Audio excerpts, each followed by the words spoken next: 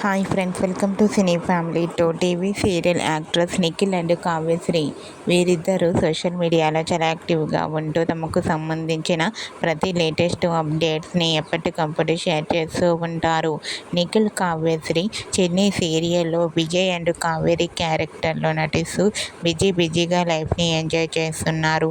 వీరిద్దరూ కొన్ని టీవీ షోలలో కూడా పార్టిసిపేట్ చేస్తూ సందడి చేస్తూ ఉంటారు.